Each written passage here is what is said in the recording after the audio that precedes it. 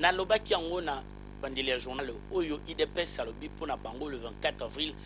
ezali journée ya esengo na tata Raphaël ekozala nde feti mutu akosa bana ya mboka te bakinwa kimia ezala ezali maloba Serge Mayamba oyo azali moko ya bakonzi ya IDPS ayaki koloba na Lingala Facile.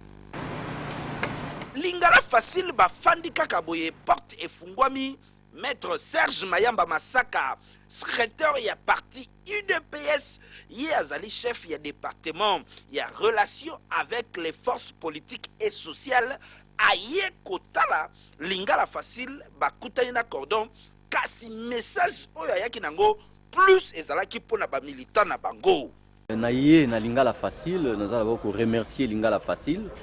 oyo apesaka tango nyonso espace na yé poto s'exprimer. Pour confirmer tenue à manifestation il y a 24 avril oyo ezali commémoration il y a 21e anniversaire il y a ouverture il y a mboka na processus il y a démocratisation, c'est-à-dire que le 24 avril 1990 président Mobutu andimaki mboka et s'ouvrir na makambo ya démocratie ba parti ekoma ebele batu ba ko s'exprimer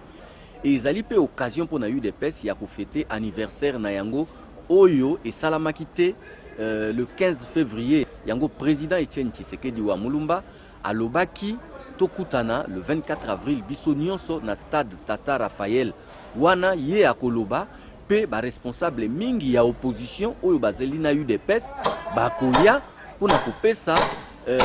une signification na date oyo pe toyeba ndenge nini tokotambola na mikolo ezali koya bato oyo toyokaki basalaki lokola baboya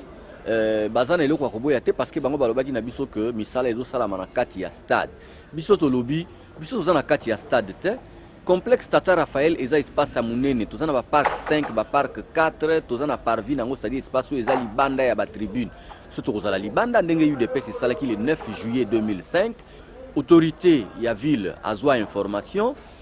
asala ndenge constitution eloba avana na ekimia donc a autorisé biso altiki biso tout ça là parce qu'a trouvé inconvénienté mutu moko akoloba te ke manifestation wana esala te parce que eza ko sala na intérêt ya ba congolais nyonso oyo ba adhérer na makambo ya démocratie bana ya UDPS pe na bana ya opposition nyonso ki manifestation toza ko sala etali ba congolais soki congolais pe mususu asali ya ye na ndenge na ye na ndambo na ye etali biso te biso to ko empêcher mutu asala manifestation te soki to kutani na nzela to ko tambola ndenge bana ya vita batambola na bana imana soki match esili toza ko senga na ba congolais bayeba ke toza ko sala biloko wana pona kimia mutu moko aya na esprit ya ko déranger ba manifestation wana te parce que pona biso ezali fête monene tozali ko organiser